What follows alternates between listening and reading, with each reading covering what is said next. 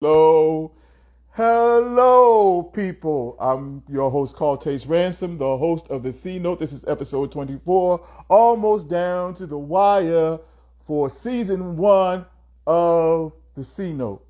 I'm waiting for my very special guest, Miss Timeeka Addison. There she is right there. Hopefully, the rest of you who were on here earlier will come and join us. Miss Timeeka Addison is an actress, a writer, a director, uh, um, writer, director.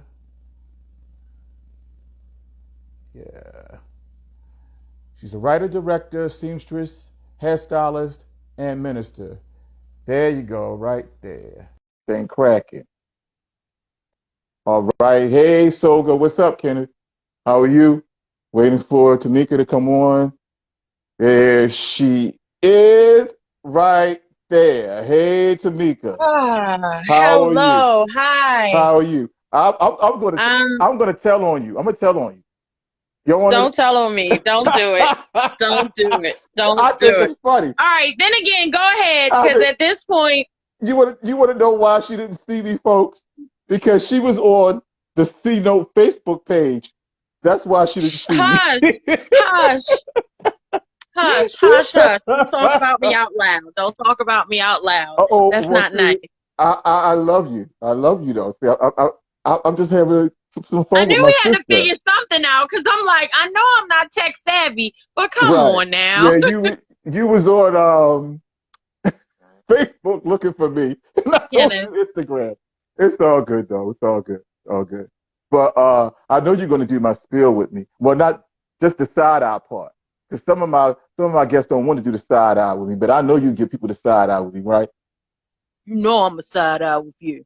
Yeah, you know. So you know the C note is where we keep it 100 or 100 as we say here in Baltimore, and the real recognized real. And you know this is the part right here.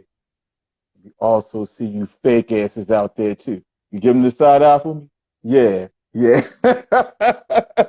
we Look, they got it from both eyes, all side right, eye. all Yeah. right now, all right now. We have here Miss Timeeka Addison, who would first like to thank God for the opportunities that she has been blessed with.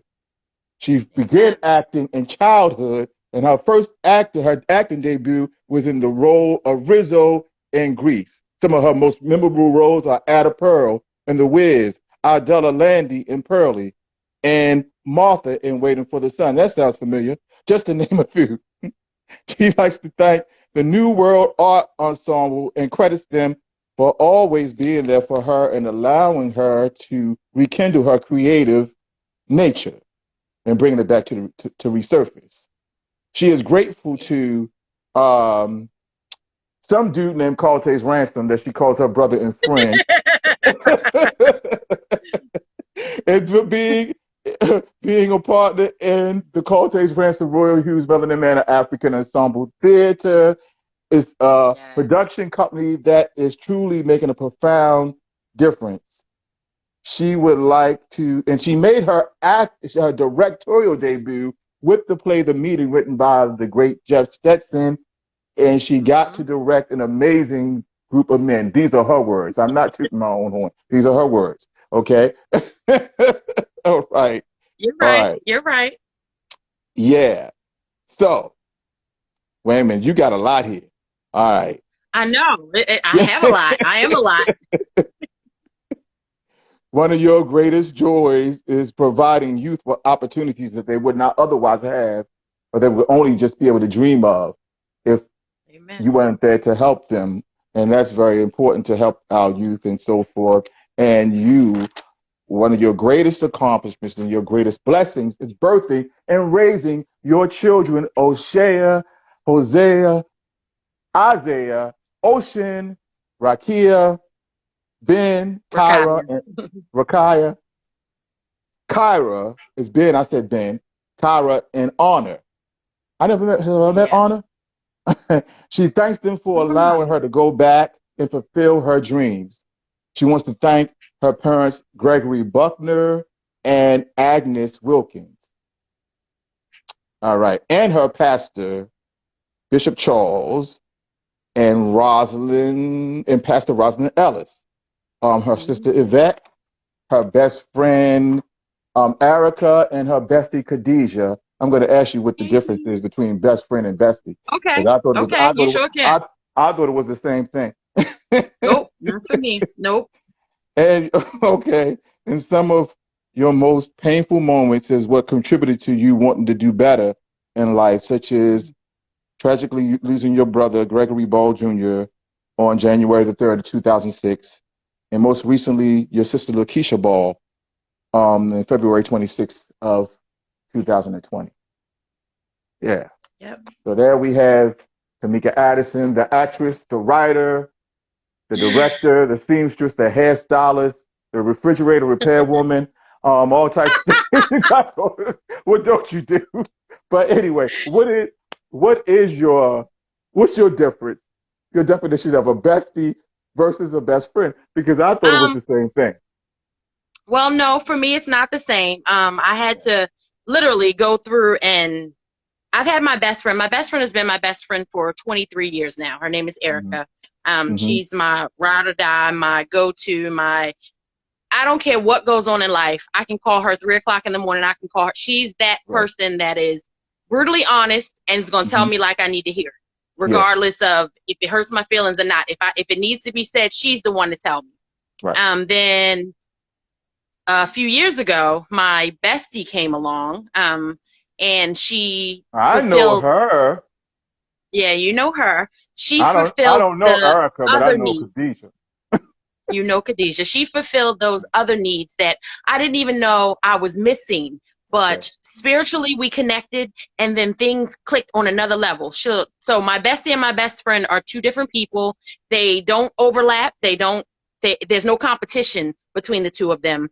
And Mm-hmm. I have both. I'm blessed to be able to have two. I'm blessed to be able to have one of each. So that's the difference. My bestie is like spiritual. It's everything. It's honesty. It's um, that I don't know how to say it without getting emotional, but it's that person that when you think about what I've gained, what I've earned, what I've accomplished, she's that pat on your back, that keep going, that whatever it is, just keep going. You've got this. She's that person. You know what I mean? So Oh yeah. I'm blessed. I'm I, blessed. I I have I a met best friend and Khadijah. I have a bestie. Yeah. Yeah, yeah. Yeah. You see my eyes really clear tonight, don't you? I'm showing up better than I normally do. You want to know why that is? Why? I got me one of those ring lights. See, thing works. One of them ring lights. You saw the things advertised. The ring Oh light. yes. Yeah. Wait, bring the ring light. Oh, I got a ring light too. I forgot about that. Oh, did you? Yeah, I got No, my mine. daughter has a ring light. I should have had the ring Oh. light set up. I didn't even think about it, but okay, it's fine. What else? Well, you're my first episode with my ring light. Yeah. I know So that's right. so you debuted your acting debut was with Rizzo. Now I've seen Grease before, but I'm not familiar with that. Which one was that? That's the hard knock chick. That's the one that had to get the wake up call. Oh, so you had to sing though, right? Uh-huh. You Yeah, claim I did. you claim you're not a singer, but you be singing. I'm not a singer. You know that. You know that. I'm not a singer, Other but people I'm tell an you actress. other people tell you that you can, right? Yeah. Yeah, I've heard that before. I don't keep a note all the time. So You I go to jump with in and wardrobe and jump out makeup. as I see Well, fit. yeah, it's a little. You can't really see my shirt right now anymore, but it's all good. Oh yeah, you should see my shirt. Wait, I'm on my shirt. Can you see me?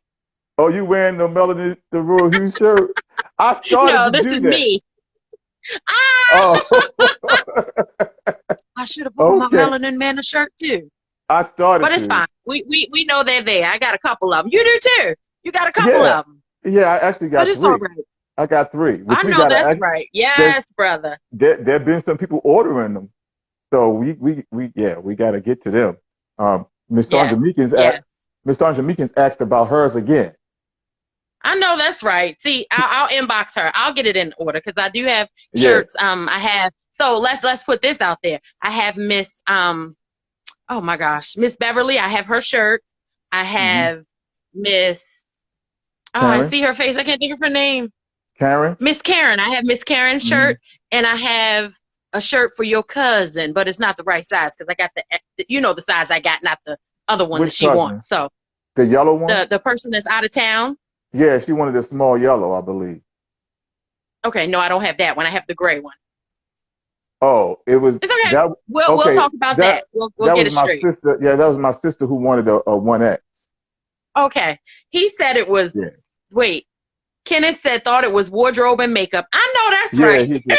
All right No, now, look. Mm-hmm. Ready? See the that's eyes. my other hidden talent. They're my other hidden talents. So, you started since childhood, but you didn't start at Arena Players, did you? That No, wasn't I until didn't start at Arena Plays. I started at my elementary school, George Washington Elementary okay, School. They were right. doing theater, and the name of their little theater production was Hmm. Young, Gifted, and Black.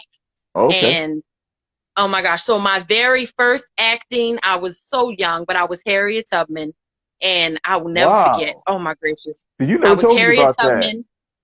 I know, and that was the very first. I didn't think I was Hmm. going to be acting. Like I said, I wasn't even supposed to be in it.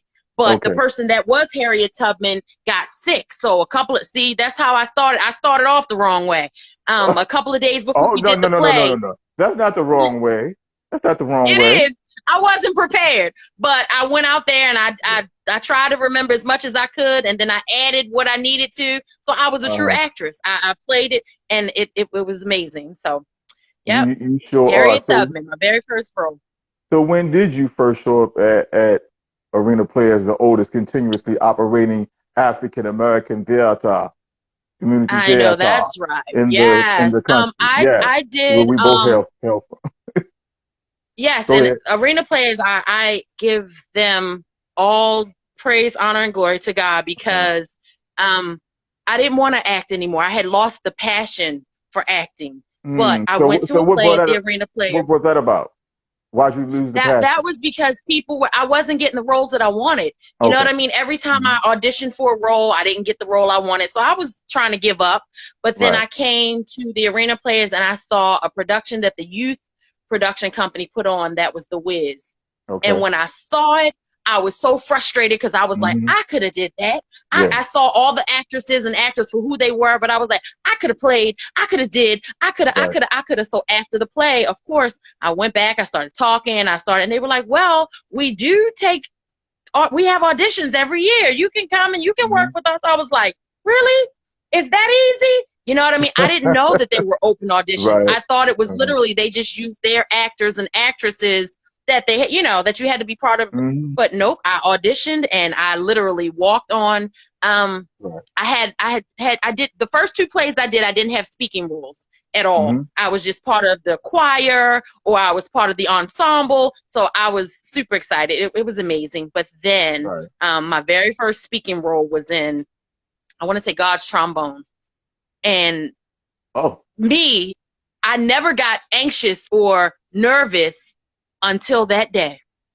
I Hmm. can speak in front of millions of people. I don't get nervous when I take the stage. But then when I looked out there and I saw my mama, I lost all my Hmm. words.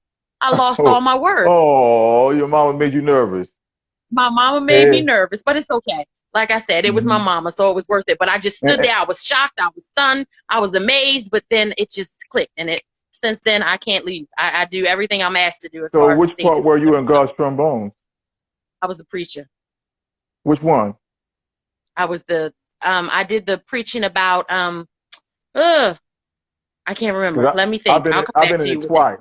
I've been in it twice. I mean, Yes. So, I was the um, prodigal. I was the Noah built the ark first, and then back in 2019 I was the prodigal son, and okay. I they think it was the also Noah's Ark. I honestly believe it was the Noah's Ark. Noah built the Well, you ark. had to Yeah, talk about bringing. Yes, I yeah. honestly believe I did. I Hmm. can't remember. It's been so long ago. But I Wow. did it Okay. again as part of the ensemble later when I was older. Hmm. So it just brought back all the memories. And then when Khadijah was in it, you know me, I run and I'm just there just to support for Well, everything. I So remember that one because I was in that one as well. You talking about in mm-hmm, 2019? mm-hmm. Yes, just brought back all those memories. I was supposed to be in that one, but I was sick. So I once I got remember. sick, they gave the Yeah, part to someone else. Yep. I But it's remember. okay. It's worth it. Hi, I, O'Shea. I'm sorry. My daughter logged on. hey, O'Shea, how are you? Look at you. But I was surprised, not surprised, but I know that's when we first met. You said that one of your favorite roles, one of your most memorable roles was Martha and Hmm. wait for the Waiting sun. for the sun. That's when I Yep. first met you in 2013. So Yep. what made that one of your most favorite roles? That's the first role that I played and I got emotional. That's Hmm. the first time I cried. And it Right. wasn't part of the script. It was Hmm. just that night, because we had done the play twice. We did it twice on the Right. same day. Hmm. Remember, we did it in the afternoon, then we did it again in the evening. Yeah. Um, Yeah. for the evening play, I literally was so emotional. I was delivering that speech about getting out there and how Martin Luther King was an Hmm. amazing man who didn't ask to be who he was. And I just got so emotional. And I never forget, Christian was my daughter at the time, and she just grabbed my hand and held my hand, and the Hmm. tears were just flowing. It was like, what am I doing? But it got so, I mean, the audience was just so into it, like, oh my gosh, she's crying. But it was emotional for me. Like, I don't know why. It just, so like I said, that's why that And was so you memorable. It was the and you first know time I cried on hmm stage. and of course, they gave me a role that was such a stretch for me. I had to play somebody that wasn't feeling all that "We Shall Overcome" stuff because you know how much I love Right. singing "We Shall Overcome." You know I'm joking. Anyway, the character Arthur wasn't feeling all that. You know, Right. he was more like Malcolm. Oh yeah, he Vader was for who the you were supposed to yeah. play. He was you. Right, right. So He was that's why you. that's why I jokingly said it was a challenge because it wasn't a challenge. That Right. was a very easy role to play, definitely. So you were at a pearl, at a pearl, at a pearl. You going? I am Ada Pearl. Like, I did Ada Pearl. I played Ada Pearl like 4 times, but Hmm.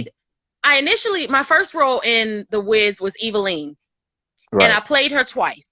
The Hmm. second time that I played her, I literally, when I say I was Eveline all over the place, Right. but I went to the third audition, and this was at Coppin for Yeah. Hugh Carey. I Hmm. went to the audition and I went dressed as Eveline. I just knew I was Eveline. I Right. walked in and I had on the big black dress and the big Hmm. pillow under my dress with the big booty, and I was, don't know about it. I was seriously, I was Eveline. I just knew I was Right. Eveline. But then Yeah. when he cast the play, he Hmm. cast me as Ada Pearl. At first I was so upset, like, ain't nobody gonna play Eveline like I did. I mean, even people that were at the audition were like, I'm not even gonna try out for Eveline because she got that. But Wow. when he posted Okay. the roles, I was Yeah. Ada Pearl. I could not figure out for the life of me why he made me Ada Pearl Hmm. until I became Miss Ada Pearl. And now, forever in the life of me, I You am fell in Ada love with Pearl. it. You fell in love with I will Etta not. Pearl. I thank him for pushing me outside of my comfort zone, Hmm. but I just became Ada Pearl. Now I can't wait to be Ada Pearl again in 2020, maybe 2022 or something, Yeah. because I'm ready to bring the new ambiance to Ada Pearl. But I am Oh Ada Pearl. She yeah. is me, just as fidgety and crazy as she want to be, but I am Ada Pearl. Oh yeah, folks. That was one of the productions we wanted to have be like our first musical. It was going to be our own adaptation of The Wiz. It was going to be a totally new experience that we were going to bring to The Wiz. And we still will. We still will, definitely. Miss Timeeka Addison. So you said that one of your greatest joys and accomplishments in life is the birthing and raising of your, how many Hmm. children is it? Well, I know I gave birth to four. I know you gave birth to I four, gave birth and to then it four, was but I have about 11 children altogether. I got about 11, 11 of them. 11 children. But 11. that's just because I've had the blessing of having children Hmm. added to my life for whatever Right. reason God sees fit, and they just become my Hmm. kids. So, Right. but yes, God giving me the opportunity to create and mold these young people into the adults that they need to be has Hmm. been such an honor. My first daughter, O'Shea, like I said, she was a textbook child. If it said Okay. she was supposed to walk at this time, talk at this time, sit up at Hmm. this time, that's she was that textbook child. Right. So I was like, fine, I'm not even upset. She's perfect. Then I had the Okay. boy, Hmm. who's my number one challenge because he is just like his daddy, but Right. I have the opportunity to redirect him as often as Okay. I need to. Um, I just love being given the opportunity to be a mother because a Right. lot of times that is what slows us down. Like I watched my mom and that there's a meme out there that says I watched my mother struggle, but I never saw her give up. That was Um, something that I will always mm, cherish. I've watched my mother struggle for almost all my life, and hmm. I'm watching her struggle now. My mom has Right. Alzheimer's and dementia, Hmm. and it's hard, but the fact that she never gave up on me means I'm Right. never going to give up on her. Like I go to see her, and even most of the visits, she doesn't even recognize me. She's just sitting there. But when she Yeah, I does, know that has for to be that brief hard. second, when Yeah. we catch eyes and she looks at me and she sees me and she's like, that look is just so overwhelming for me. But it makes me want to be a better mother because I want my kids to know you want to take care of me one day. So I make them Right. understand that I'm here for you always. So Hmm. in return, I expect them to be there for me too. So it's just a blessing. It's just all Oh, around blessings. Even the hard times are blessings. So we appreciate those so we can look forward to the good times. yeah, Sorry. I know. You said sorry. Did you say sorry? Yep, I did. Sorry for what? I'm not trying to be emotional on your show. Oh, look, hey, it's about keeping it real, right? Keeping it 100 It or is. 100, and Keep it at 100. I know how it feels, because my mother is a very strong woman who went through a lot too, but she didn't let that stuff hold her down.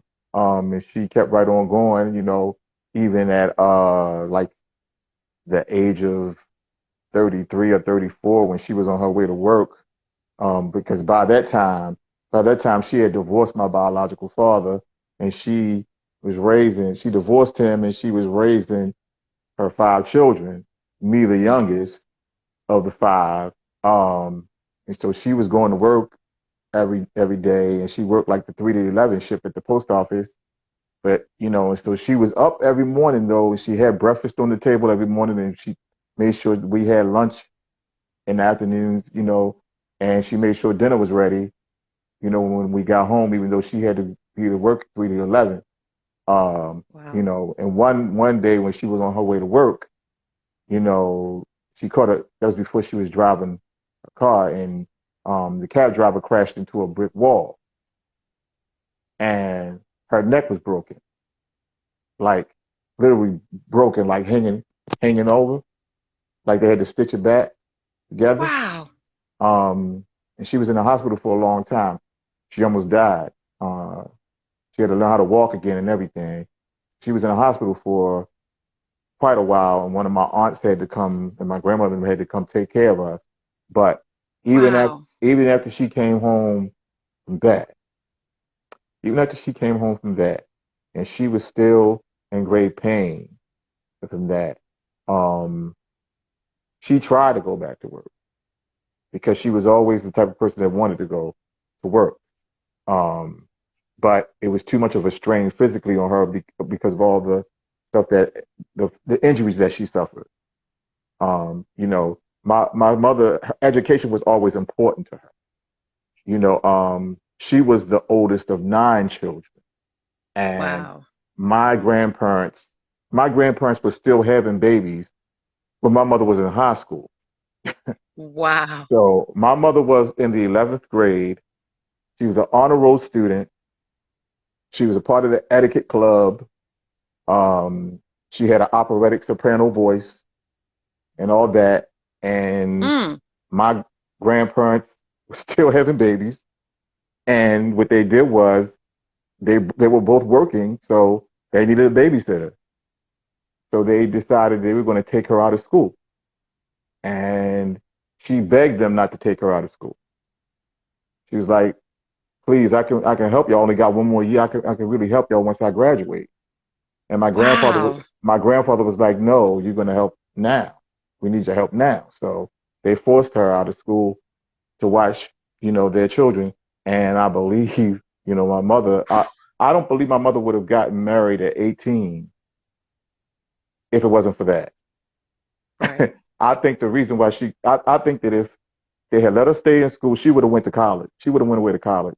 Um, I think she got married so young because she probably felt like, well, if I'm going to be stuck watching somebody's kids, I might as well get married and have my It's gonna own. be my own.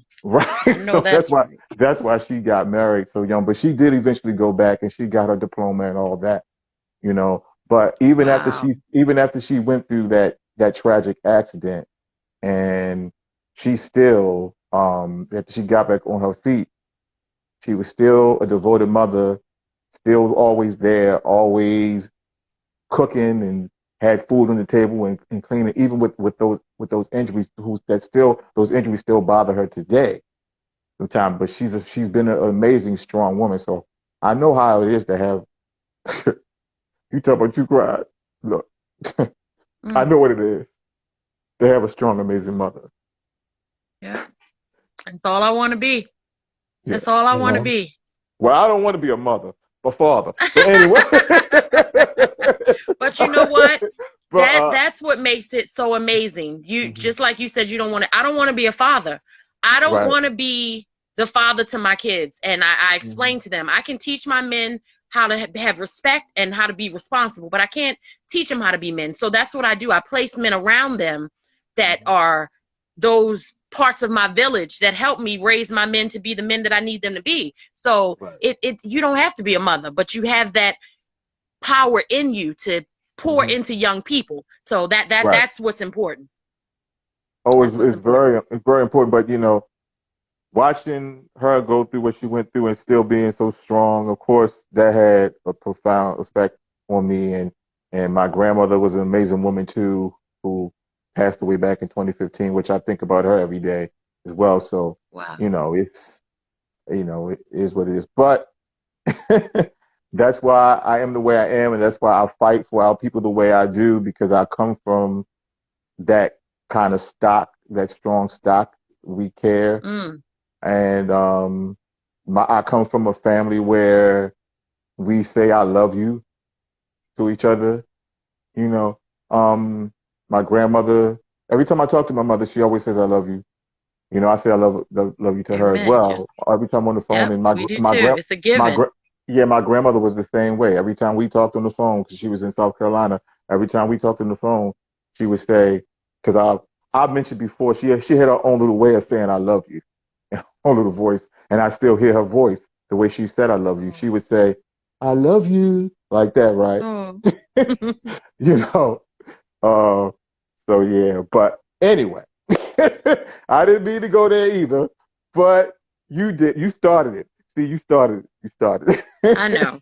But Yeah, everybody has to your play a part. reasoning Hmm. behind wanting to be a strong black man in our community is part of why when you came to us with the idea of what you wanted to do with the Carltays Ransom, Royal Hughes, Melanin Manor, African Ensemble Theater, that's Hmm. why I saw the need to be a part of it, because your ideas and wanting to put, and we have to keep saying this, wanting Right. to see us succeed doesn't mean we have to downgrade or put anybody else down. Hmm. Pro-black does not mean anti everybody else. It Hmm. means that we just want to make sure we have our foot in the door. Hold on one Yeah, second. but I'm sorry. you So okay? every time, okay, thank you. Every time we're doing stuff, thank you. You too. I'm sorry. My son got some DoorDash.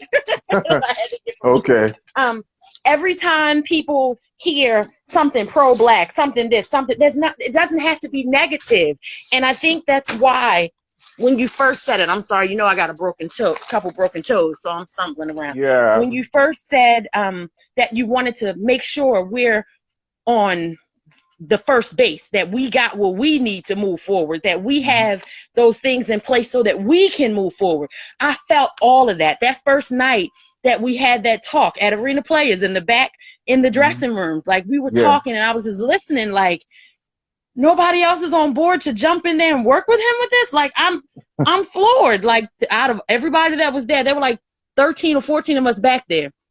But Damon and Yeah. I were the only two that were like, yeah, let's do it. Let's do it. I'm Hmm. there. I'm there. And now it's like every time we do a production, every time when we have those talkbacks, it gets more and more profound. It gets more and more powerful. It gets more, the meaning behind it all is just so everything. And even when we have obstacles in front of us, you always find a way. You know what? This is where it was meant to be. Don't worry about it. We're going to be fine. And look at us now, Well, 5 years old. I'm gonna tell you about this sister right here, y'all.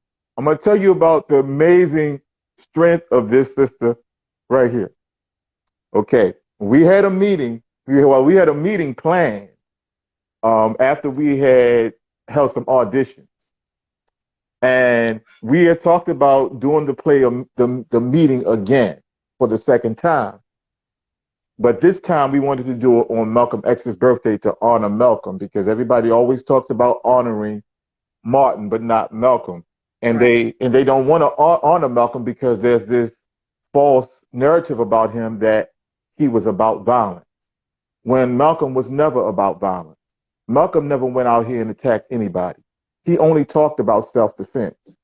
He said we should defend ourselves against violent attacks, against racists.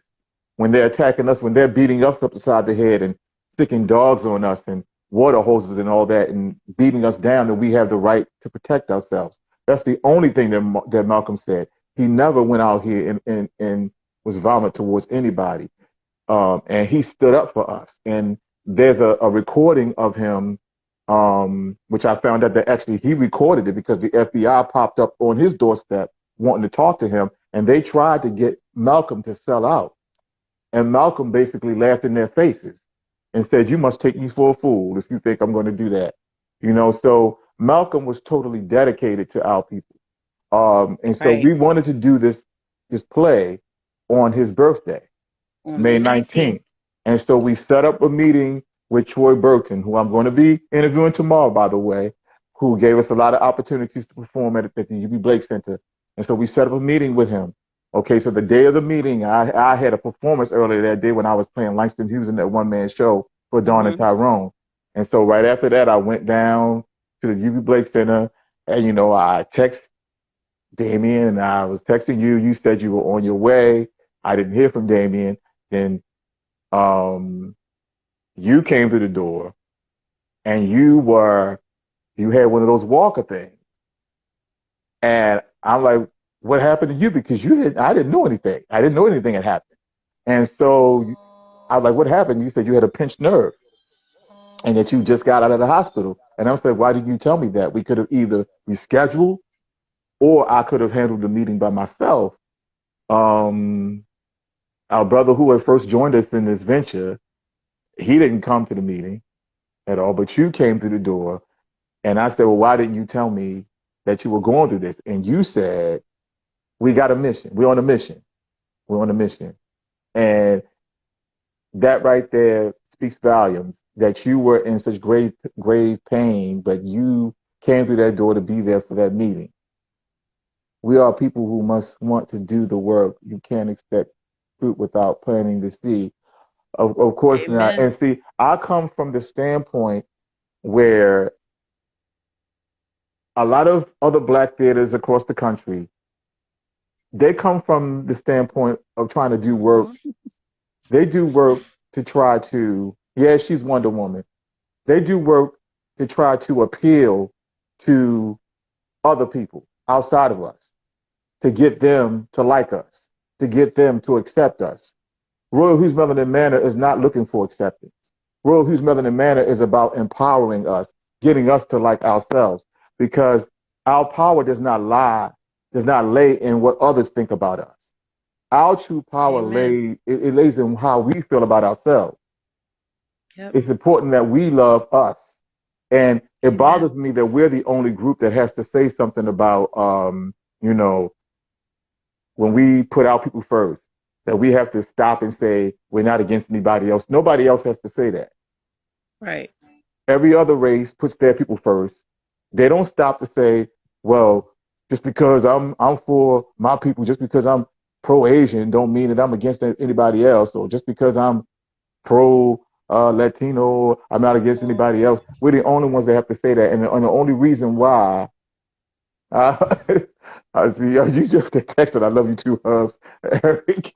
Um, the only reason why we're the only ones that have to say that is because people are threatened by black people loving each other because they realize the power that lies within us loving ourselves. That's why there's so much work. That's why they work so hard to keep us at each other's throats. Yep. And that's why I'm very intentional about the stuff that I write. I write stuff to show us loving ourselves and to show Amen. black men and black women loving each other. And also black men loving each other. I'm keeping it real. Anyway, it is what it is. And so you've seen the script. You're in the cast of We Brothers, my next film project, and you see that I'm very intentional at showing healthy Yep. love between Yep. black men and black women and being playful with each other and all of the kind of stuff that we don't get to see Yep. a lot. Uh, I love it. I can't wait. It's I don't know. Watching you do what you do mhm, is exciting. I've watched you just have ideas and da da da da da and throw things around, but seeing it come to fruition, it's like, okay, all right, you ain't just playing about it. I love that, no. and I love so any way I can support. That's why I was like, why didn't you ask me to be in your web series, the first one you had, or why didn't you want me to such and such and such? And now that I've worked with you so far. It's like the behind the scenes stuff, that important stuff where I can jump in and grab a couple of wigs or, hmm grab some stuff. It's like we all have to work together to make this happen. hmm We are, and now I'm feeling different because I don't always have to be in front of the camera. hmm I don't always have to be the spotlight. Like at first I felt like that's why I wasn't like in theater, because I didn't always get the lead role and I didn't know, that kind of stuff. But now, because of working and Well, doing the behind the well, scenes stuff and the other stuff that makes it happen, it's like, oh my gosh, this is important. This is important too. Or collecting tickets at the door, or mhm, doing the sound bits, or you know what I mean? All of yes, that makes it takes a lot of us to make this all happen. So any which way I can jump in and help, it's like, this is my baby too. This isn't just hmm something that I'm looking at. People are like, well, you can such and such and such. I'm like, well, let me call Carl Taze and see if he want to do it. You know what I mean? So there's right, a lot going on that people aren't paying attention to, but we're hmm still here. We have a lot of right. work to do. We have a lot of people to still reach out to, and this does not end with the pandemic. So it Yeah, and seemed you like it and did because we were on our way. Our Raising in the Sun, woo! The oh, last one was that first phenomenal, cast was and the phenomenal, new and cast that you done put together, yeah, baby, woo, yeah, woo, I still would like to get that other cast on tape too. I'm mad we didn't videotape that. right, Um, with right. with um with Mama Serena and K, and Austin and yeah, Mama K. We should have gotten that on video, I definitely. And wish and I we have to saw make it a point to do that, because we need to Austin. show where we've been and what we've started, where we started. You know what I mean? Yeah, We don't have I the saw. meeting on tape. Like, I saw Austin post something a few months ago about when we did a Raisin in the Sun. He was like he missed that cast or he missed the show, and yes, so we still need to do it with the new cast, and we need to go back and do it with them again too, with the original cast that we did. hey, We need to hey, get both of those casts going, definitely. yes. Which we tried to get Eric in the cast, but he wouldn't do it. But it's all good.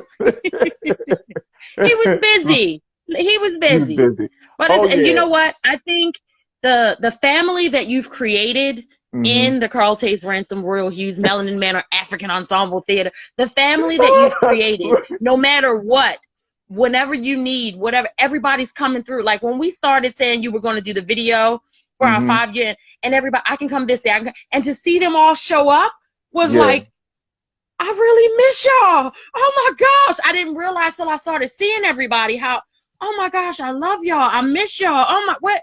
Okay, we Even got to get even back out there. I can't even wait. I Morgan, can't wait. even Morgan Yes, came through. even Morgan. And he said he wants to get back on stage, but they got him working nights right now. Yeah, So we need to find Morgan a daytime job so he can yeah. So he can get back in perform. there. Because he's Yeah, good. That's yeah, the he's thing. very He's good. good. He's very good, and he and Khadijah have amazing chemistry together. Um, Mm-hmm. when they were in that Mm-hmm. play together, the Lorraine play, and they played They played Perry and Mamie in the Mm-hmm. play, and they the way they played off each other was amazing. And then they were That was both, so funny. and Yes, and then amazing. in the Amazing. third grade play when they were at the movie theater as Donald Trump And and he Hillary screamed. Clinton. Right, that was hilarious. It was. That It was was. really You have hilarious. created a family of actors and actresses that are going to be big names out there. And to Oh know yeah. that we started off in humble beginnings, Hmm. it's going to I look at Ramona and I look at Awesome and I look at Eric. I mean, Hmm. everybody is doing stuff, Yeah. and Antonio and um everybody. I'm just so excited because we're just a little itty bitty spot on the map.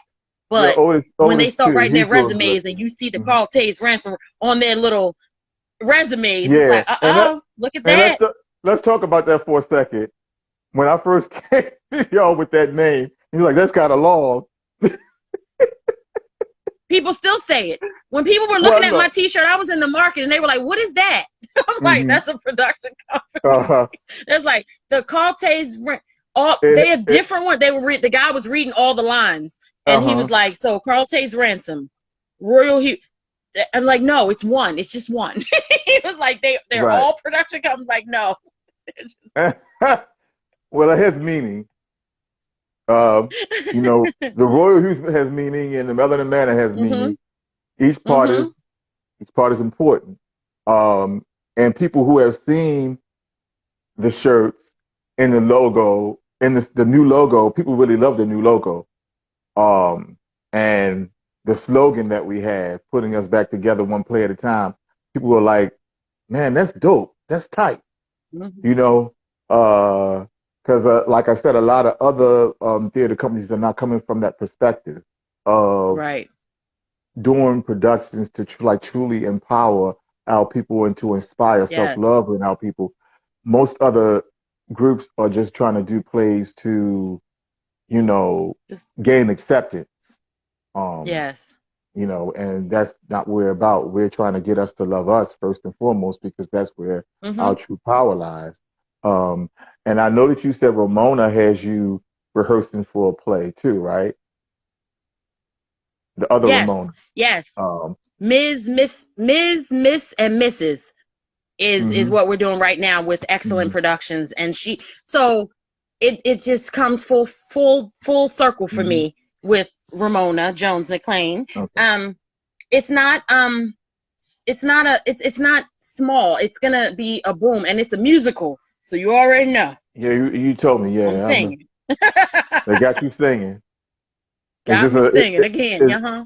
is this a live band playing with So y'all no, or? no, no, no. And she wrote the songs, and she's using some other music, some scores from other um genres of music. I mean, it's So amazing, and I'm it's just a, sitting at looking at how talented she is, and it's like, man, this lady is serious. Like, so don't it's get me wrong. I'm not saying that I doubted her for a second, but just reading the script was one thing. But when I got to rehearsal, I'm like, hmm.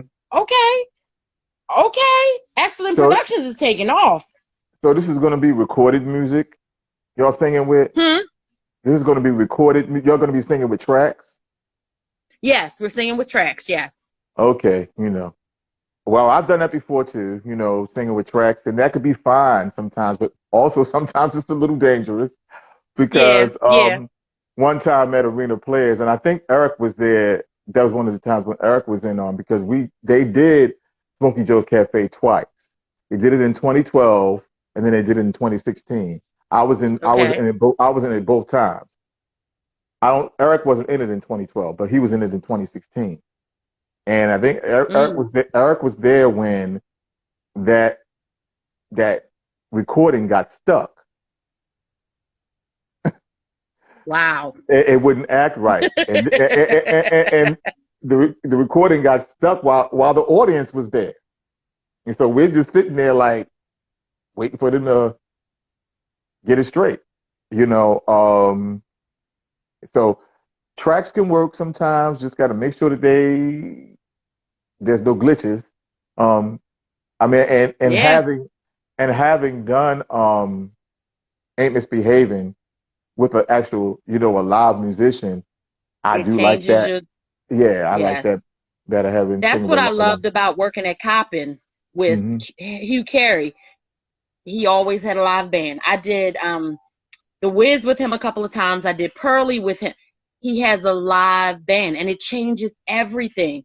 Yeah. Changes everything. I'm like, wow, I've never worked with a live band until I worked with him. And now since then it's like I only want to work with a live band.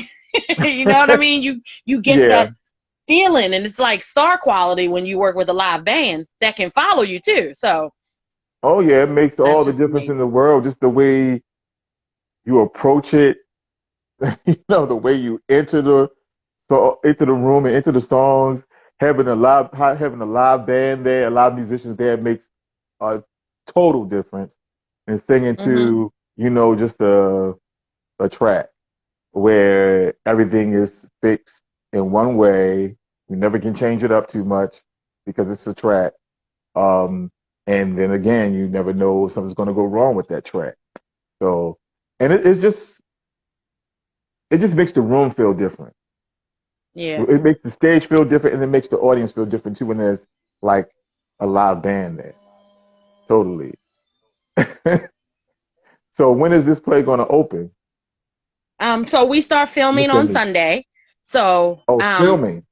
It's yes, virtual. we start filming. So it's going to be streamed on social media, but Hmm. we're going to tape it. So Okay. that's what I love about it. I'm getting introduced to all different types of ways to make this Hmm. work. Because of the pandemic, her church hasn't opened up to do in theater yet, Hmm. but they're going to record it so she can edit it and add some other stuff. And, with these Right. broke toes of mine, I can't move around like I need to, but it can work. So she's going to make Hmm. it work. And then we can just go ahead and I'll let you know when they start playing it or streaming it. So I definitely want to check I'm it out. ready. I'm ready. So I play a part that I've played many times before. I'm the preaching woman. I'm a mother, but I'm the preaching mother, telling Okay. somebody, a couple of people, that that's not what God intended for you. And if you just follow God and give it to God and stop stressing, let God have it. That's what I do in real life, right? That's what I So, do, right? right. Yeah, I know that. So this character is not a form of hoochie like Lady Marmalade, No. Lady Riverdale.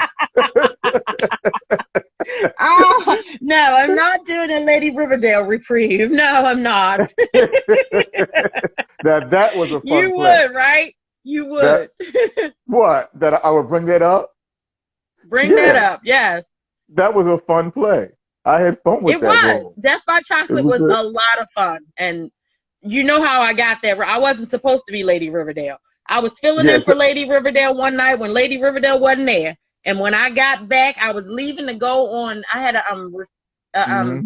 conference in Right. Chicago, and she said, Uh-huh. and Miss Jones called me and said, "Do you have your script?" I was like, "Of course." She Hmm. said, "Good, because I need you to learn the lines to Lady Riverdale because you're Lady Riverdale now." I was like, "Wait, what? Excuse me, come Right. again?" I was Sweet Pea. I already knew that part. I did it before, so I was good. But it's fine. That I'm used to it now, so it is what it is. Give me a couple Yeah. of days. I'll learn my lines. I got it. And you did, and I love doing that play. I had so much fun with that and being Ralph and picking up my big fro every night and being, And then when you died, oh, well, look, yeah, I died and then I came back up because I'm like, I got to make jump sure back I'm up to right. fix your fro and lay back down. Yeah, yes, Oh I did. man, I had to make that sure was I'm tight. hilarious. I gotta be a cute corpse. I can't. I gotta pick out my That fro and was make sure my fro is hilarious. right. So yeah, I fall out and die, and then you think I'm dead, and you start to come over to me, and then I pop back up, and you like jump I back, took off. and then I look in the mirror and start picking my fro, and then I wink at I'm myself, sorry, I'm and, live on. yeah, and then I wink at myself and lay back down. Yeah, so that was really Yeah, fun. that I was I funny. It I was. did I love videotape that, Death by but Chocolate. That was definitely good. I loved it. yeah, we need to do that one too. Um, Definitely, we should do that. And put our own spin on it as well. And well, I got ideas anyway. I ain't gonna talk about all of my ideas on here, Okay, but okay. I trust you. uh, okay, well, thank you. Thank you. So, as I mentioned earlier, you are also a seamstress and a hairstylist Yeah, yeah, all of and that. a They're my refrigerator side repair hustles. woman. Let's just say that. And a They're refrigerator the other repair ways woman. that I tend to make a coin around Hmm. these parts. So I started doing prom dresses, and that has been my saving grace. That's why the pandemic it really hit me hard last year. I make Yeah. 8 to 12 gowns a year. Hmm. Last year, I couldn't make any gowns. That really Yeah, because put all a the damper proms on were things. Like, I canceled. like to Yeah. be creative. I like when these young Mhm. girls come in here and tell me the ideas that they have, and I like the challenge of trying to make them have exactly what they Right. want when they walk out Hmm. of that door and go to prom. And it just, oh my gosh, to not have prom season, Right. that was hard. I do have 3 gowns right now for prom this year. I'm so excited. They're county school proms, but I do have 3 gowns so far this year. So Yeah, that was really hard, something's better than nothing. and it was hard on the children as well because they were looking forward Yeah. to it, and then they didn't get to do Yes. it. My son didn't have a senior prom. Hmm. You know that's crazy. I'm looking at my pictures on the wall like, oh, Right. he's missing a senior prom picture. But it's okay. It's okay. Oh, oh, man, man, oh man. So, how about your? So you don't just make prom dresses though, or that No, you I do? sew. I just sew and I crochet. Well, It's promote not that. just Promote prom. that. Hmm. Let the I've people know. done costumes for plays. I've done wardrobes for plays, like Hmm. especially when like Emerald City for the Wiz, those all green costumes. I just had a fun with that. Just everything green. Oh my gosh, every shade of green, Hmm. just sewing and making it as extravagant as Yeah. I could. I also crochet. Mhm. I've made wedding dresses, bridesmaids dresses. I sew. So bring me a challenge, and I like that the best because I like giving that over the top look. I like avant garde. Right. All And right now. I like creating my own stuff. Don't get me wrong, I will use a pattern if you want this and you want it just like this and da da da da. But sometimes that style Hmm. looks good on that model, Right. might not look too good on, like your body is not shaped like that model. Hmm. So I want to make it to something like what you gave me, but to enhance your Right. features. You know what I mean? So Yeah. that's the I plus get side that. to it. My grandmother and my mom poured that into me. I'm the only one in the family that sews now. So got to keep the tradition Mhm. along. I just got my daughter a sewing machine. Somebody gonna sew. It's one of them. Which daughter? Both of them? Well, actually, You. Ocean is she wants to do everything I do. So she's doing hair Hmm. now. She's doing braids and got a clientele built up and everything. So it's like she's probably gonna be the one. But O'Shea, I started teaching her how to crochet and trying to do other stuff because you got to have a side hustle. Everybody Ocean. has to have something on the side, Ocean not is. just a 9 to 5, but something. And if you enjoy it and like it, then it just makes it that much better. So, Ocean is little. yep, both my Ocean is girls little. doing stuff. O'Shea does makeup. Ocean dances and does gymnastics. It's just Yeah, I'm we're about to call busy. her little. I was about to call her little Dominique Dawes, or Uh-huh. um, Uh-huh. and she trying to make it Watch to the out for her. Olympics. Y'all better watch out for her. Remember those names. Oh Trying yeah, to she's tell you. very good. Ocean Addison. Yes, I believe Amen. she can. I believe she can do that. Definitely. So, I believe it too. and you also you mentioned it. You do hair as well. You're a hairstylist. So yeah, people out there that need their hair done and need Yeah, some I do my clothes own. made. I do this myself, you know. Yeah, very talented. Thank you. In so many areas, Thank and a you. very strong sister, very dedicated sister. Greatly appreciate you for all that you do. We're not done yet. I know we've been on here for what? How long we been on here? Because we got started a little late. You know, I don't know. I ain't gonna say I haven't even why. looked at the I ain't time. gonna say why again. Why we got started a little late. I ain't gonna mess with you about that. I'm just picking. Now I know. Next time I'm Well, gonna be where I'm supposed to be, because now I know. she was like, I don't see you. I don't see you. I'm like, you over on Facebook.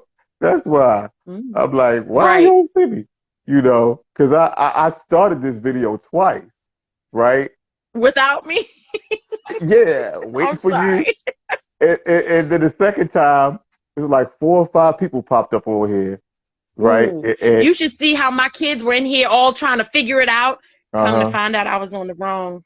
social media platform. But it's okay. I'm here. Oh, oh, okay, okay, I called okay. the kids. I'm like, come here.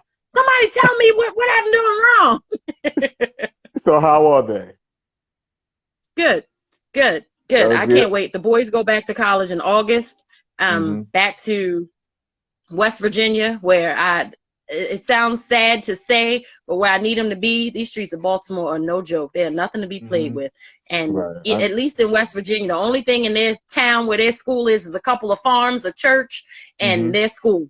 So Right. they're on that campus, and I know they're okay. You know what I mean? I know they're Yeah. okay. Outside of the campus, I don't know too much about anything around there. That's why I'm like, stay on campus, stay where Mm-hmm. you belong, and do what you're supposed to do. Other than that, being home, the streets are so unsafe. So they stay busy. My boys are playing semi-pro football for a semi-pro team called the Baltimore Lightning.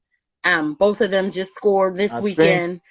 I think that person who I discovered was my cousin Mm-hmm. just before all this stuff happened, who was at he came to see the good life. I think he had something to do with that team. His name is Will Hanna. Okay. Okay. Have you heard that name? I haven't, but now I'm Will gonna go Hanna. search for him. I think I'm gonna go search yeah. for him. Well, it's a whole lot of Hannahs running around out here. But yeah, Okay. yeah, I keep it's like literally hundreds Wow. of them. So I know you said that we had you told everybody that we have a surprise coming up. You know, we're still working on that. The surprise that we have for Rural Hughes Melanin Manor. Um, Yes. as far as what we're gonna do next. Before we're able to. Well, actually, some people are doing shows already, but it has to be limited audiences. Because Mm-hmm. I actually went to see that show with Kenneth, the one man show that Benny Pope did and wrote. Yes, you went to see it? Yeah, it was Okay. actually. How was it? How was the audience? How many people were? I mean, well, you know, it can't be but so many people, but it was a nice little crowd for what could be Good. there. Um, and Good. it was really well received. He wrote. This is a one man show that he wrote. Um, I don't know who directed it. It might have been Donald Owens. I don't know, but he wrote it, Okay. and he's the only one on there, and so he's the only one on stage the whole time. But he's talking to these people that the audience don't see, but the audience don't physically see the people. But Right. but through his performance, you do see the people Amen. because Okay. he's talking to the people, and it's really So funny. he did a good job. Yeah, he did a really great job. He did an excellent job with his one man show, Who You Hollering At. And I see Mr. Troy Burton just popped up on here, who's going to be on here with us tomorrow. And we're going to Hey. be getting into a Yep, lot he'll of be there stuff. tomorrow. Be tuned Yeah. in, everybody. Oh yeah, The last because show of his season. that's going to be one He got the conversation. man. The man, Troy The man. Burton, Yes. director, the legendary director and writer, entrepreneur, the owner of what's it, Hey. is it Blue I Velvet can't look. I'm looking forward for Records? my chance to work with him. Hey, yeah, oh yeah, Mr. Troy. I'm gonna be talking to you about that tomorrow too, because you know I've been on your case for a lot of years now, because I've been dying to be directed by you. Yes. I've been I am wanting to ready. be directed by Mr. Troy Burton. You know I always say Yes. that, and I still want to be directed by you. So we got to make that happen, Troy Burton. Let's do it. Definitely. So I wanted to make sure I got everything out here for you, and let everybody know about your amazing talent in the show that you have coming up, Thank you. The Mr. and Ms. with Ramona. It's going to be a virtual show, and let everybody know about your hairstyling and your seamstress work, whether it be Wow. making Thank you. regular clothes for people or Yep. doing Yep. costume And design. right now, everybody wants crocheted stuff. I'm like, oh, okay. Somebody just sent me some yarn. I'm like, wait, what is this for? She's Mhm. like, I need a bathing suit. She mailed me the yarn Out and of didn't tell yarn? me. Once I got it, I called her and was like, what is this for? She's like, I need a bathing suit. Oh, that's how we do this now. But okay, okay. Okay, I Troy, I just did hear her you. braids a couple of weeks ago, and then she Hmm. mailed me some yarn. I'm like, all right, well, that's how we doing it. That's how we gonna do it then. It's A ba- okay. We're gonna I've make it never work. seen that. A bathing suit out of yarn?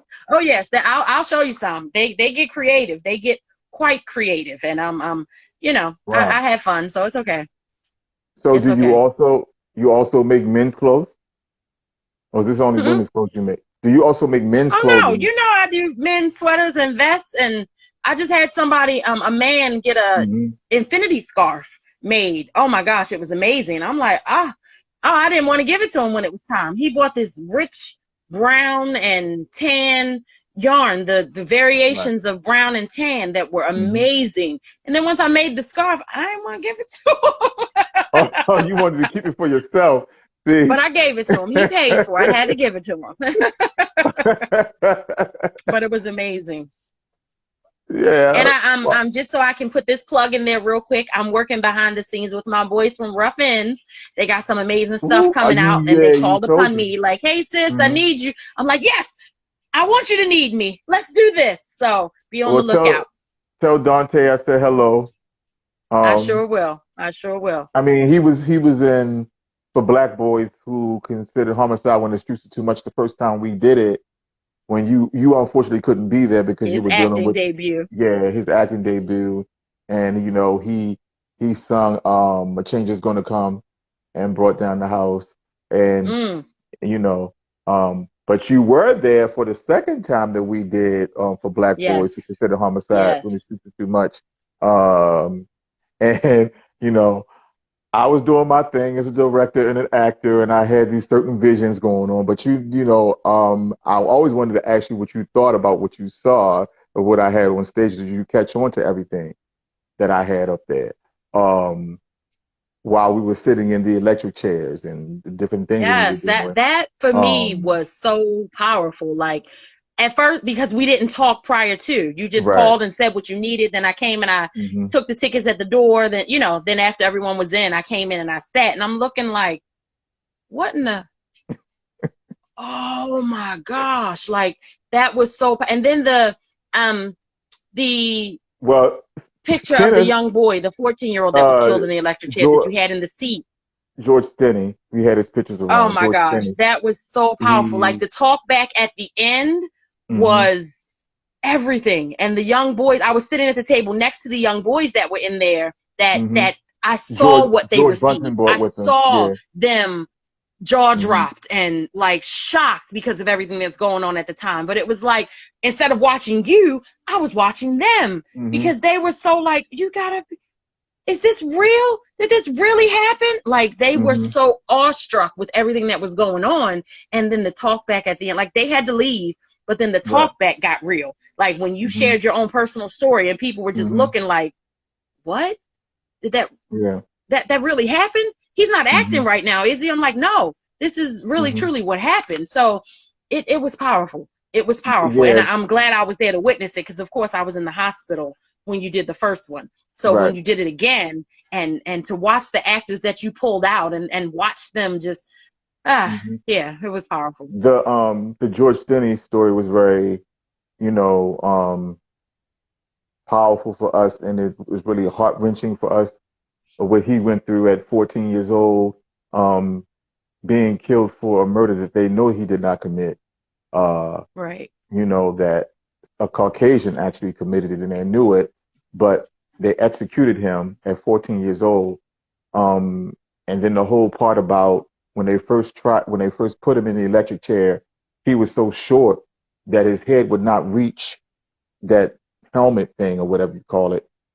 Um, and so they took him out of the electric chair and they set him on top of a Bible. They set him Mm. on top of a Bible So he could so they could reach. execute him, so he could Out of reach it. all books, a Bible. Yeah, yeah, they put him on top of the Bible, yeah, so they could kill him. And, that's why I had us all sitting in these electric chairs that I had on stage, Yeah. doing certain things like no matter what we're doing, we're always under execution. Like one person Hmm. was representing Trayvon, and they had a can of Arizona Yeah, iced tea Skittles with and the their can the Skittles can of tea. while they were sitting in the electric chair.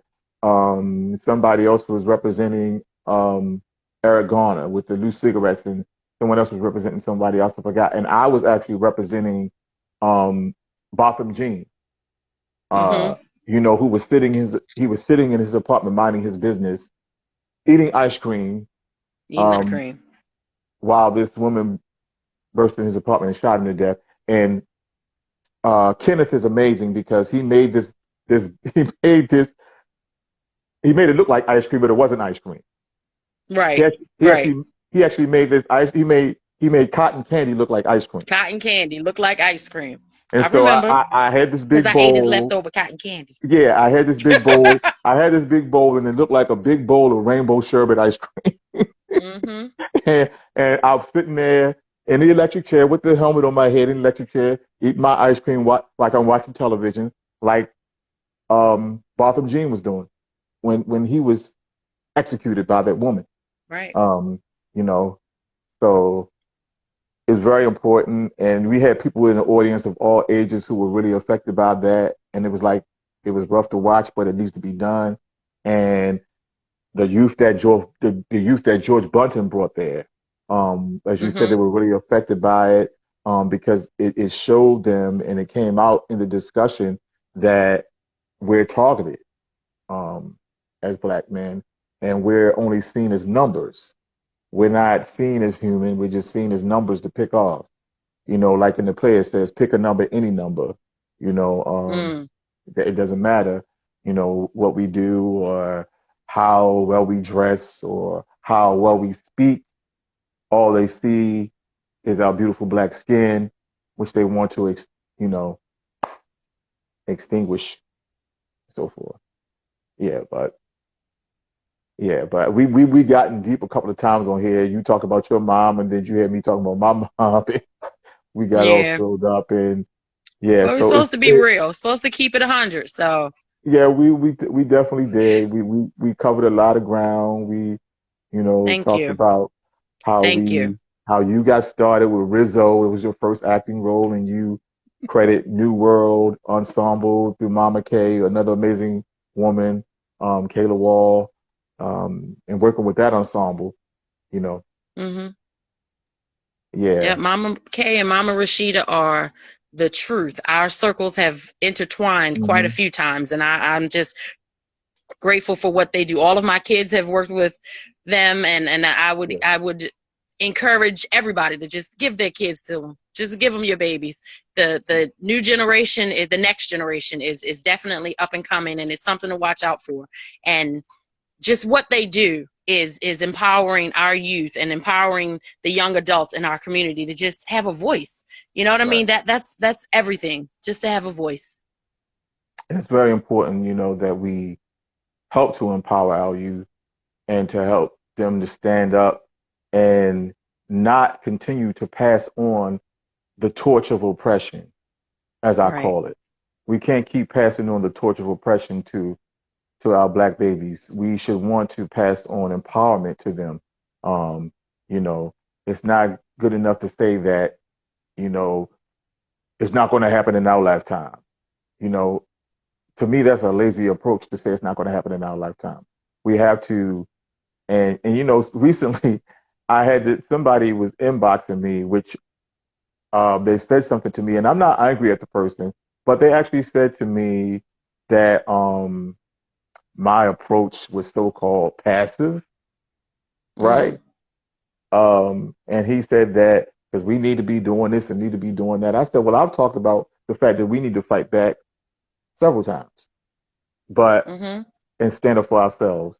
But he talking about he's gonna be. He said, yeah, you could be the brains, and he talking about he's gonna be the brain and the muscle and all. Well, first of Mm. all, ain't nothing weak about me, and it takes a lot of nerve to speak out the way that I do, Mm-hmm. and to use my artistry the way that I do. That there's nothing weak about the way I use my artistry because he said I'm passive in what I do. I'm not passive at all. I'm very bold in what I Mm. do. My artistry is bold. The Eternal Extra is a film that goes against the status quo. Um, which has upset some people's nerves. But it is what it is. So I'm far from being a weak, passive person as this person suggested, I'm cool with this person. He said we're on the same team, we're on the same side, but you know, you're doing that, but I'm gonna do this and that. And basically how it got started was that he wanted me to look at something on his page where he was going back and forth with this Caucasian person. Um, Mm-hmm. and the Caucasian person was saying some ignorant stuff. And he was like, I'm going to let them have it You and all just this want to and be that. in the screen. Right. And I'm like, I don't got time for that. I said, I'm not going to be going back and forth with them. And he said, well, that's how we affect change. It's not about just talking to people who you agree with. We got to talk to people that opposite the change. Well, first, Mm-hmm. I'm like, well, first of all, what are you doing by just going back and forth with this person that's saying ignorant stuff to you and saying ignorant stuff about black people? I have no time or interest or energy to go back and forth with a racist white person trying to change their mind. You know, I'm not trying to convince a racist white person not to be racist. And if you sitting Right. there being ignorant towards me, I'm not going to sit there and listen to that stuff. I don't have patience for that. I used to go back and forth with Caucasians. I don't do that anymore, Right. especially ones that are There's trying to no be need. ignorant. Um, I'm not seeking their approval. Like I said earlier, our power lies in how we see ourselves, and Mm. and that's why we Mm. got that's why we Say it got to again. our power lays in how we see us, not how they see us. I mean, we can keep going around saying Black Lives Matter, Black Lives Matter, Black Lives Matter, but what we really should be saying is we matter to us. We matter to us. Hashtag we matter Okay. to us. Okay. It's not about trying to get Okay. them to say we matter. It's about us. When we matter to us, when we matter to us, what they say and do won't have no power. No power. Once we matter to us, what No they say power. and do I won't have think no power that over that's us. the biggest thing. One thing that you pride yourself on saying is you don't want to sit at their table. You want to create your own table. Hmm. That speaks volumes. That's just like giving us opportunities, creating roles for us that Hmm. we don't have to look to seek to find anything. It's already there. We're giving us those opportunities. So that whole thing in a nutshell just makes it all worth the whatever we have to go through to get there. Because it's like I matter to you, you matter to me. Let's make sure people see that we matter to each other. Let's keep uplifting Right. each other. And we don't have to worry about anybody else. Sometimes I'm going through something, I'm like, such and such and such. Let me send Hmm. it to him and see what he says about it. You know Right. what I mean? Other people's opinions don't really matter. The people that I care about and the people that care about me, let's Hmm. see where they stand with this and should I move forward with this. So that for me is huge. Creating your own table, Right. that's huge. That's huge. Yeah, because like you remember the actor Eric LaSalle. Mm-hmm. Mm-hmm. He Um, played the Soul Glow guy in Coming to America. yeah, and he was on one of those series back in 1990 something, I Mm-hmm. think. Was it what show was that? I forgot what medical. It was a doctor show. He played a doctor, and Right. anyway, they wanted to give him a Caucasian love interest, right? Mm-hmm. And he refused to accept that. And he refused to accept that because he said, out of respect for black women, he wasn't going to be seen on screen all hugged up and kissing on a white woman.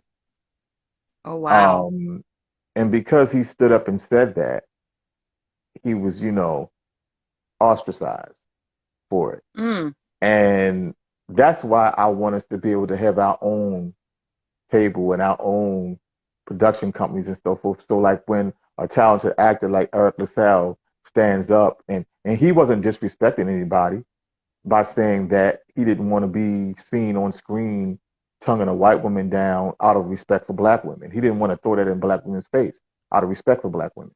I don't think there's anything wrong with that. Wow. Um, just like I'm not going to be doing that either. I'm not going to be all hugged up with Caucasians on film either. And that's not coming from a place of hatred. It's coming from a place of love for my people and self-preservation because I know that our children need to see us loving each other because whether some people realize it or not, there's an attack on black love. There's an attack on black love. Um, there's people that don't want to see black people loving each other because they know that the power that lies within us loving ourselves. And that's why so much is done to keep us at each other's throats as a people. Not saying that any other group of people doesn't disagree. Yeah, sure, other races do disagree. But the thing about it is, they don't let other people see that. Mm. Okay? Other races disagree. They don't agree on everything, but they don't put their quote unquote dirty laundry out there for the world to see. Mm-hmm. They don't attack their own people in front of the world. Whereas we do that. We don't just argue behind the scenes, you know, correct each other behind the scenes and deal with each other behind the scenes. We will attack our own people in front of the whole world. And then we will, on top of that, invite other races in to join in the conversation to attack other black people. Right. Which I don't like that at all. Why are you inviting some Caucasian into this black on black conversation? Why are you giving them say in our conversation? We supposed to be working this Right. out between our own people. I hear you. I hear you loud and clear. And it's so I didn't think of it that way. I mean, thank you. I didn't think of it that way. But when people are like recently, the stuff that's going on, that I keep saying that this is nothing new. It's just the fact that we have social media and recording devices, and it's just being exposed. This stuff, it didn't just start. It didn't just happen like this week, this year, last year. It never stopped. And now it's just people on Front Street because their social media, their recording devices, and people are able to share it. This is life for us. And it's sad that just to be black is a crime in some places. You know what I mean? Like the young man that was walking up the street. I just saw that video today. I just shared it. And I'm sitting here like, you gotta be kidding me. I'm already frustrated about this police officer that act like she didn't know that the gun wasn't a taser and da-da-da-da-da. That already frustrated me. So I was already on edge. Then to see the actual video footage of the boy walking up the street. Sorry, man, I didn't mean to call him a boy. Walking up the street, and this military guy, big and much taller, much bigger, was I saw him pushing him. Yeah, I shared that. I saw him pushing him. It was too much for me. Like, I lost it. My kids are in here like, Mom, calm down. I can't calm down. That's the problem. Too many people are calming down and not doing anything or saying anything about it. It's not okay. It's not okay. No, that could have been one of my sons easily. Exactly. It makes my blood boil as well. I hate seeing that, and I don't like the fact that a lot of black people have become complacent with having the conversation with our children. If you know what the conversation is, you know what the conversation is? The conversation. What? How to be a good black person? How to be a good black person. And how to be proper, like the conversations I have to have with my boys over and over again when they're leaving out of here. Even if you're the passenger in a car with one of your friends. If the police pull you over, you put your hands on the dashboard. They're looking at me like, are you serious, Mom? Yeah, I'm dead serious. And you got it. I should not have to have that kind of a talk with my sons when they're leaving out of the house. Right. But I want them to come back. So there's certain things that you just have to do right now. I can't be calm about this. You know what I mean? I can't be calm. And you got to tell them to make sure they talk in a soft tone, as not to so-called come off threatening and all this bullshit, which that really gets on my nerves because I've seen so many recordings of Caucasians literally physically fighting the police. Pushing them. I saw one where the guy had a knife and was chasing the police officer with a knife. He never once went to reach for his gun. Never once. Right. This man is chasing you around your car with a knife. Right. And I've seen a video of a white man, like he had a gun in his hand, waving the gun around. And this white cop said it several times, like 1,000 times, drop the gun. Drop the gun. Drop the gun. He said it several times. Now, how much patience would he have had if that was a black person? He wouldn't have said it several times to drop the gun. Slim to none. Okay. So when people talk about it's about training, this is not about training. It's not about training at all. This stuff is very intentional. They kill our people intentionally. And they get off on that stuff, you know, it angers me that, this cop is telling the same lie that the cop, the transit cop told who murdered Oscar Grant. The Mm-hmm. one who murdered that transit cop in Oakland, California, that murdered Oscar Grant back in 2009. He used the same sorry ass excuse Yep. that he Yep. thought he had his taser in his hand, but it was his gun. And now you got this white woman, you saying the same bullshit for murdering this 20-year-old young black man, Dante Wright. She thought she had her taser. Okay, there's no room And for the sad part about it is knowing she's a, what, 23, 26-year veteran. mm-hmm, Your taser is on the less dominant side, for one. Your mm-hmm, gun is on your dominant side. The taser right, is ounces. The gun is pound. You know what I mean? It's. mm-hmm. There's no excuse. There's no excuse. There's no There's no excuse. excuse. It's it's straight up murder, but they keep letting these people off. And I watched that trial. The trial was really frustrating me, the George Floyd murder trial, because they kept putting George Floyd on trial, kept bringing up his Right. drug use, Right. Bringing which up his past, bringing up his drug use. his drug use None don't of got a that killed damn, him. yeah, his drug use don't got a damn thing to do with anything. I mean, yeah, he may have used drugs, but he didn't deserve to die like that. Um, and anybody with any sense could see that that was straight up murder. But to see them Yes. make all excuses, you could see it in that man's energy and the look on his face, the way he's on top of George Floyd with his hands in his With his hands pocket, in his pocket. chilling, like he's on top of a damn park bench, like he's sitting on a park bench chilling. This is how he was when he was on top of George Floyd. Like he didn't give a like I was about to cuss. But like he didn't give a damn. But that's a cuss word too. But I was about to say a stronger cuss word. I stopped myself. I'll cuss Right. tomorrow. I'll Right. cuss tomorrow Okay. with Troy. I won't cuss with you on it. But Thank you. I appreciate it, brother. I Troy, appreciate it. Troy won't mind me cussing. But anyway, he'll probably throw in a couple himself. But yeah, it watching that trial because most of the defense was hypothetical stuff. He kept bringing up Right. all this hypothetical stuff. Well, what if you're laying in the prone position on the beach? Like, what the hell are you talking about? What if you laying in the prone position on the Right. beach? You're trying to take the jury's mind off the fact that this man killed this man. He wasn't on a beach, and I'm glad the Right, lawyer came right back and said it. But he was not on a beach. Now was he? You know what right. I mean? Like, He stop trying to paint a picture. right. He wasn't on no damn beach, laying in some sand or laying on a comfortable beach chair, lounge chair. He was on some hard ass pavement on the street, um, with his face being pressed down, his neck being pressed down, Yep. and they look. I already know it's not going to be pretty if by some chance they let him off. I'm hoping that they don't let him off. He better get some time. But even if he does, even if they do the right thing and he gets some time, that still doesn't mean anything has changed. Um, Right. because they're still doing it, they're still getting away with it. Like they killed this young brother back on December the 4th, and I'll make a slight reference to him.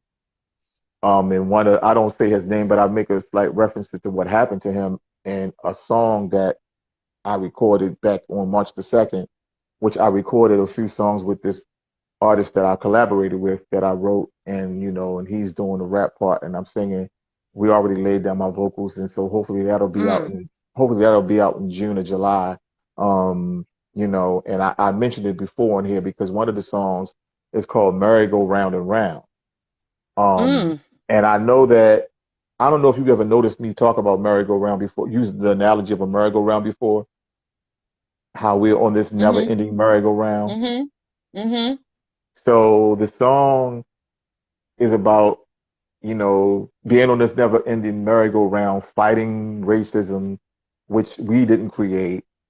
And it's like it's never going to end. We keep thinking it's going to end, but we're still going round and round and round, fighting the same thing over and over again. Here we are here we are over 50 something years since the first so-called civil rights movement. and we're still Mm. fighting, and we're still fighting for our born rights. We're still fighting the same fight that our great grandparents and Mm. grandparents fought. So Right. we're stuck on this never ending merry-go-round.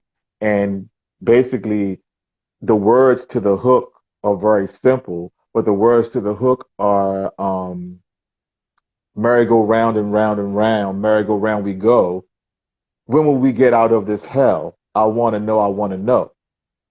Mm. That's what it says. Merry-go-round and round and round, merry-go-round we go. When will we get out of this hell? I want to know, I want to know. Wow. And then it says, I'm getting off this ride. It's time to get off this ride. Um, the words to the first verse are, I'll just say the words to the first verse. The words to the first verse are, we and our babies are in danger just walking down the street or just reading a book or coming back home from a sandwich shop. We get knocked down. Police brutality is our reality. What we need is black unity. I'm getting off of this Mm. ride. And the reason why I brought up the sandwich shop thing, the young man who I just mentioned, Casey Goodson Jr., who was murdered back on December the 4th of last year, Mm-hmm. he had just come home from Subway sandwich shop, walking through his Mm. front door when he was shot in the back by a cop. Mm. Um, and so when I say that line in that song, or about or coming back home from a sandwich shop, it's in reference to what happened to him back on December the 4th. Um, you know, it's a lot. Mm. I just want us to be free. I want us to be free to live our lives without interruption and interference from them. I want our children to be able to live lives free from their madness. Um, like I said, we can't keep passing on the torch of oppression to our children and saying, Right. oh, well, it's up to the next generation. While we keep passing it on to the next generation to deal with. I don't like that. We need to deal with it Right. so they won't have to deal with it. Um, Mm. we need to build our own and protect our own. And then you have the video of the brother who's in the military who was Mm. pulled over and how Mm-hmm. he was disrespected And by that cop. Mace. Yeah. hmm And and like I posted, you can fight even when we fight in their wars, we're not respected.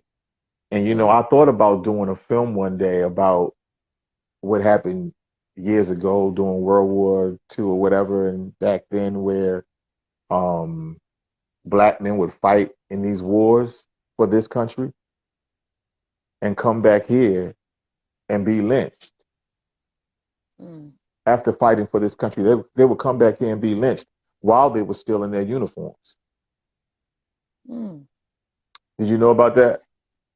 No. You didn't know that? No. Yeah, I know it got a little heavy. I didn't mean to bring you down, but it's real. So let's end on a high note. Okay. Let's bring it back up.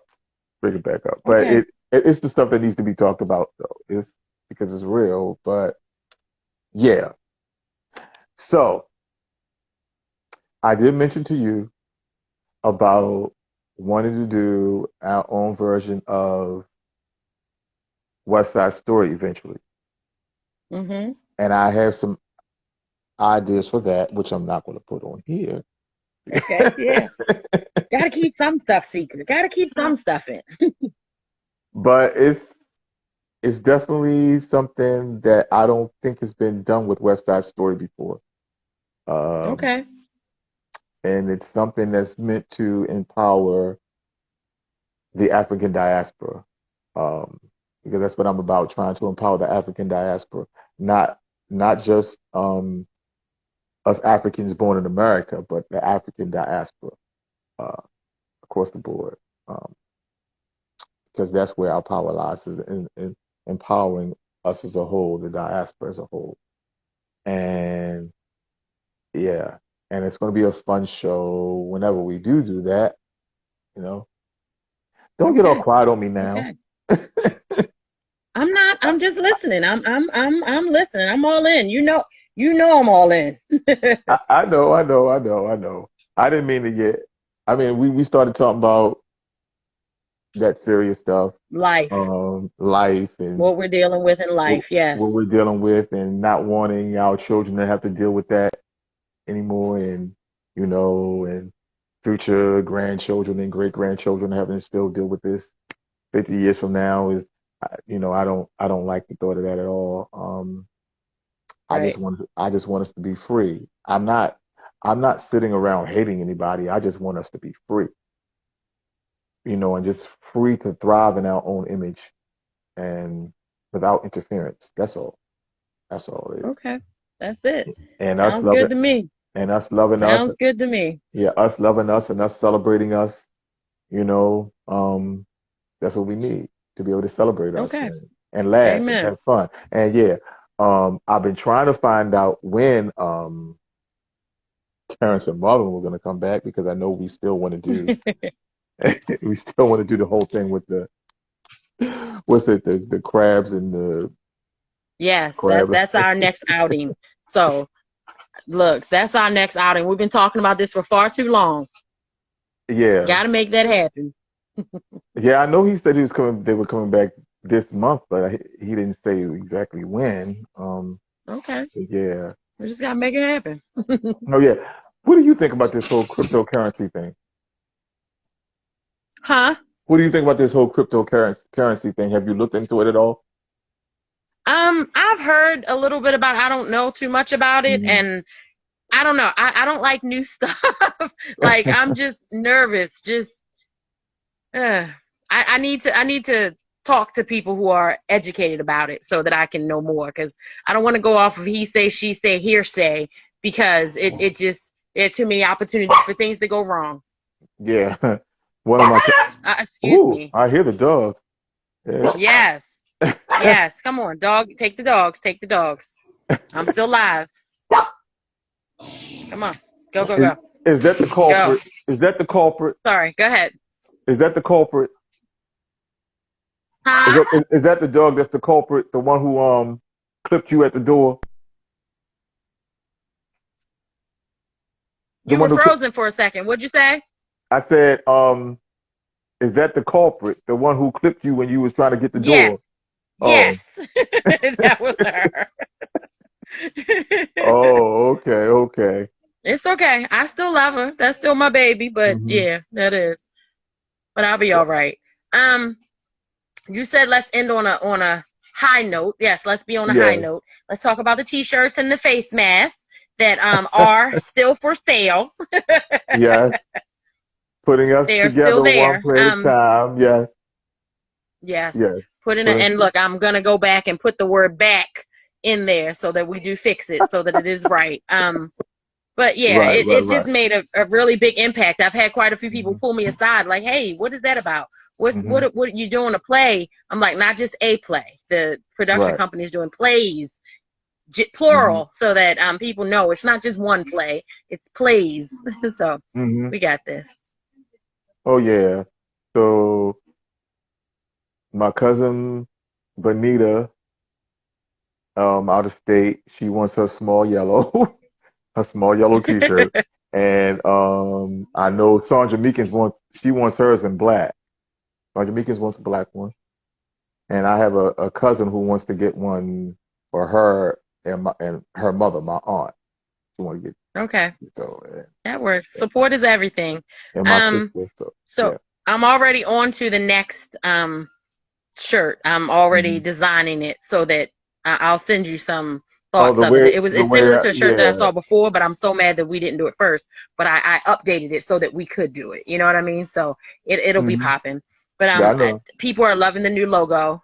People are Oh yeah. loving the whole thought of the people being the puzzle pieces. I was like, wow, yeah, Yeah, that because it's deep. because I showed it when I was down there seeing Benny Pope's show. I showed it to Miss Catherine and Donald Owens, and they really liked it. And Miss Catherine was Hmm. like, "That's really nice." She said, "Who thought of that?" You came with the slogan, "Putting us together one play at a time." Yeah, so it's a team thing. We Yeah. collaborate. That's how, we work well together. How about that? Yes, we do. But she really liked it. She said that's really really good. And other people who I showed it to said that's really a powerful statement. Um, Yeah. because we all about using the arts to empower us, so that's why I'm hoping that we really do get to be a part of the new Black Arts District. Yeah, so Yes. Yes. hopefully. Okay. But thank you, my sister, for being on here. And I'm going Thank to, you, my brother. I appreciate you. I appreciate you. It's definitely a pleasure. It's a lot of work, hmm but without work, there's no reward. So right. that's the privilege in it all. So you gotta hit the ground running and don't stop. And I think that's the blessing in it. We haven't stopped. We've been slowed down. There's some bumps in the road, but we Oh haven't yeah, stopped. but So we got a we lot of work to do, and we it's going to still be amazing. rolling. So We let's still keep rolling. going. We got a great team. We got people, some actors who love, the message, the vision of bringing us together, um, Yep. and getting us to love us first. Because again, that's where our power lies, is us loving us first. Yes. And I appreciate each and every one of them that's a part of the vision, that's a part of the Royal Hughes Melanin Manor family. Yes. We love all of them. But thank you for Thank being you. here again. Um, I so appreciate we, you. I love you. I am grateful that you're doing the things that you need to do to make us better. So thank you, brother. thank you. Look, it's just Look, in me. everybody's laughing because you say pick, I say pick. The people need to understand the pick is partner in crime. Our Oh, they don't crime know are what that not bad means. endeavors. It just means we do what we need to do to get it done. Right. It's not a bad crime. It's a good crime. If you could Right. get with that. It's about bringing us together, empowering our people, and loving on us. Just like, Always. yeah, because that real quick, that brings me to the black playwright contest, um, that we created, you know, which has been difficult finding black writers to write for that particular contest. Mm, Because the name of the contest is the African flavors diversity within, or is it it's the diversity within African flavors Black playwright contest, and the logo for that is like a map, and you see a black hand with an ink mm. pen in the map, and on the logo, the slogan for that says, um, "Separated by birthplace, but Africa is our home." And you Amen. see like the different lists. You see African Americans, and you see British Africans, and you see Caribbean, Africans and so forth, and Afro Cubans and all that on the logo. Um, so that's what it's about, trying to bring us together. And so trying to find people to write for that has Okay. been difficult, because of some of the rules. I say that I want us to write in such a way for that particular contest that we write as though Caucasians don't exist. And the reason why I say that is because when we bring Caucasians into our story, the focus normally come the focus naturally becomes on them, if you know what I mean. Um, Mm, Instead of being on us, it tends to we tend to give them too much power in our story. And so okay. I understand. I Um, wanted, yeah, I wanted some of these plays to be written in a way that just show us living our lives without interference from them, so to speak. And we did get a good play written, by mhm. Shelby Nelson, Lauren Alfred Lawrence. Trying to get all those names together. But The Good Life was a great play. You Shelby, know? The Good Life. Mm, Yeah, great great one. play about what it would be like on modern day Black Wall Street. You know, Amen. yeah. We've done that a few times. That was a blessing. That play hmm came through. The revisions made it even over the top. So yeah, definitely. I really appreciate Shelby doing that. Oh yeah, me too. Excellent So play. when have you already started the next playwright competition? I want to start it again soon. We need to get Okay, find. yeah. We So need to, send me the rules so I can know what exactly you're looking for, because I definitely want to be out there getting it started, because it's time. It's time. yeah, We need some work to do. because see, I'm gonna tell you what happened the last time I tried to start this contest up the second time. This brother sent me a couple of plays, right? And one of the plays, it was about this black man who was fighting in the military, and he comes back to this country to racial unrest and finds love. And then he fights. He's fighting overseas for this country, and he comes back here to racial unrest in this country, and then he finds love in the arms of a Caucasian woman, right? I knew you were gonna say that. Okay. That's why I laughed. I'm Okay. like, and I was very respectful the way I'm like, well, that's not what Royal Hughes is about. We're about trying to show black love. And that does not fit what we're trying to do. Showing a black man who is fighting for this country and comes back here to racial unrest only to find love in the arms of a white woman, that's not going to fly with me. Mm, So he needs to be in love with a black okay. woman. I knew you were gonna say that though. For some reason, I knew. Yeah. Okay. All right. Okay. I'm sorry. I gotta keep it real. It is what it is. But yeah, Got to. That's the whole point. Keeping it real. Gotcha. yeah, it's all for our children. They need to see it. So, Amen. amen and ashe. Okay. I know you gotta go. I was about So, to say, Ramona is waiting for me for rehearsal. I got to do my oh, lines. I didn't know you had rehearsal. You Yeah, didn't it's put me in okay. rehearsal. I told her that I was doing the podcast with you, so she's okay. She Oh, knows. well, tell her I said hello. I will. It's rehearsal on Zoom, so I got to get back on Zoom when I'm done with you. So it's okay. Hey, I will send her your love. I sure will. hey, y'all. Well, hey to whoever just spoke, Hollywood. Yeah. Hey, what's up? We're about to leave off of here. I know we've been talking for a while because the sun was up when we started, and now it's dark. But It's not anymore. yeah, But that's what yeah. happens when we get together. It Oh just yeah. there's so much that we cover. So I get it. Right. I sort of expected it though. But okay. All Yeah. right. Well, tell her I said hello. All I right, will. sis. All right. All right, bro. Love you. I love I'll you talk to too. you soon. Good night, everybody. Thank Good you. night. All right. Hey, y'all. That was a great episode with my sister, my PIC, my partner in crime, but good crime, though. Not anything bad. It's about, how we work together to bring us together as a people. But tomorrow night, Friday, April the 16th at 5:30 p.m. will be my season finale, my season finale with none other than Mr. Troy Burton, who is a legendary director, artist, producer, um, entrepreneur.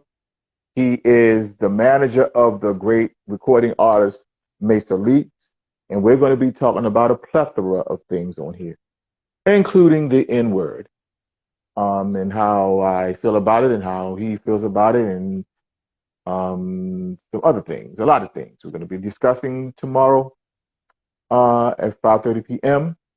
right here on the C Note for season one finale at 5:30 p.m. tomorrow.